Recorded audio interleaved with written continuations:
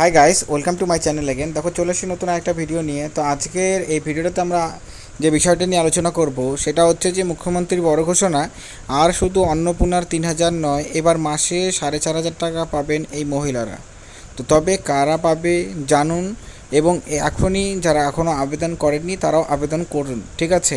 কারণ এই বিষয়টা একদম লেটেস্ট আপডেট উঠে আসছে, যেখানে কিন্তু বলা হচ্ছে যে 4,500 টাকা করে দেওয়া হবে। এবং এছাড়াও সকলেই ইতিমধ্যে জেনে গেছেন যে যারা বিধবা ভাতা পেত, মানে উইডো পেনশন, বিধবা ভাতা পেতেন, তারা কিন্তু এখন থেকে সেই মানে এই মাসে তো তারা পেয়েছেন, আর নেক্সট মান্থ থেকে তারা কিন্তু বিধবা ভাতা যে 1,500 টাকা করে দেওয়া হবে সেই টাকাটা কিন্তু তারা পাবেন না, ঠিক আছে? যাদের বয়স 25 থেকে 60-এর মধ্যে রয়েছে তাদেরকে অন্নপূর্ণার টাকাটাই দেওয়া হবে, সব মুখ্যমন্ত্রী দ্বারা কিন্তু এটা বলা হয়েছে।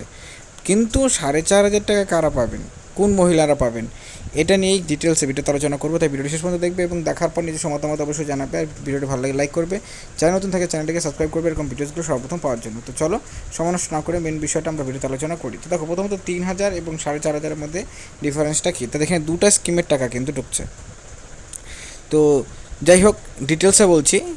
এখানে যে বিষয়টা উঠে আসলো যে শুধুমাত্র অন্নপূর্ণা যোজনা 3,000 টাকা নয়, এবার মাসে মাসে ব্যাঙ্ক অ্যাকাউন্টে ঢুকবে 4,500 টাকা। মুখ্যমন্ত্রী শুভেন্দু অধিকারীর এই ঘোষণায় আনন্দে আত্মহারা বাংলার মহিলারা। তবে একটা শর্ত রয়েছে। শর্তটা কি?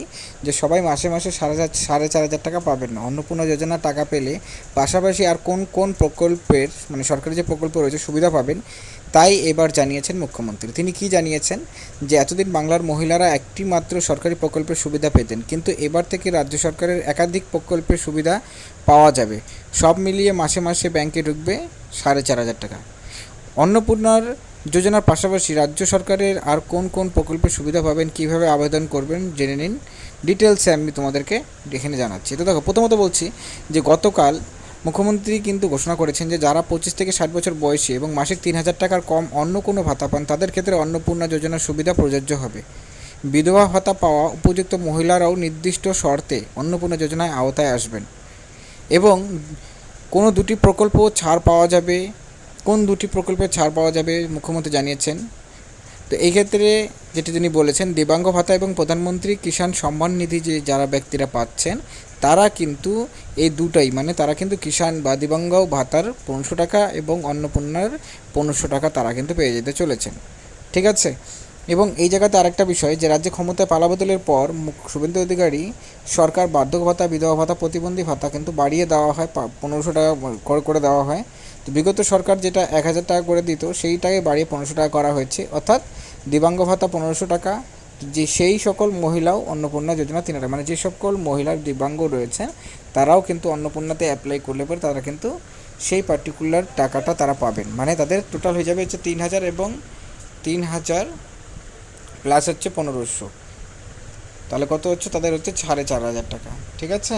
তো তারা কিন্তু এই টাকাটা, মানে যে সকল মহিলারা, তারা কিন্তু অ্যাপ্লাই করতে পারবেন এবং তাদের সকলের অ্যাকাউন্টে এই টাকাটা কিন্তু দিয়ে দেওয়া হবে। এবং এছাড়াও সবচেয়ে বেশি যে মেন বিষয়টি হচ্ছে, সেটি হচ্ছে যে বিধবা ভাতা নিয়ে। বিধবা ভাতা যদি যারা পাচ্ছিলেন এতদিন ধরে, তো তাহলে পরে সেটাকে বন্ধ করে যদি মানে অন্নপূর্ণা দেওয়া হয়, তাহলে বিধবা ভাতাটা কিন্তু, এখানে অনেকটা লজিক্যাল একটা বিষয় অবশ্যই থাকছে, যে তাহলে বিধবা ভাতার টাকা বাড়িয়েও বা কী লাভ হচ্ছে, ঠিক আছে? মানে যদি কেউ সরকারের তরফ থেকে বিধবা ভাতাও পান এবং বিধবা ভাতাও পান, অন্নপূর্ণাও পান, সেটা কিন্তু আগের সরকার করেছিল। লাস্টের দিকে আমরা দেখেছিলাম যে তিনি কিন্তু এই জিনিসটা অ্যাপ্লাই মানে করে দিয়েছিলেন, যে যারা লক্ষ্মী ভাণ্ডার পাচ্ছিলেন তাদের কিন্তু বিধবা ভাতা তারা পাবেন। কিন্তু এখানে যেটা তিনি করেছেন, তাহলে পরে কিন্তু বিধবা ভাতাটা আমরা বুঝতে পারছি যে উঠেই গেল, ঠিক আছে? তাহলে তো বিধবা ভাতা থাকার কোনো মানে দাঁড়াচ্ছে না এই জায়গাতে। কারণ যেহেতু 3,000 টাকায় তারা পাবেন, তো সেই ক্ষেত্রে কিন্তু বিধবা ভাতাটা পাওয়া যাবে না। এটা আপাতত আপডেট রয়েছে, ভবিষ্যতে এটা নিয়ে কী আপডেট আসে সেটাও খুব গুরুত্বপূর্ণ বিষয়। কারণ আমরা দেখেছি যে বিভিন্ন রকমের যে রুলস রেগুলেশনগুলো দেওয়া হয়েছিল, শর্তগুলো দেওয়া হয়েছিল অন্নপূর্ণার ক্ষেত্রে, পরবর্তী সময় সেগুলোর মধ্যে কিন্তু একটা চেঞ্জেস তিনি কিন্তু এনেছেন।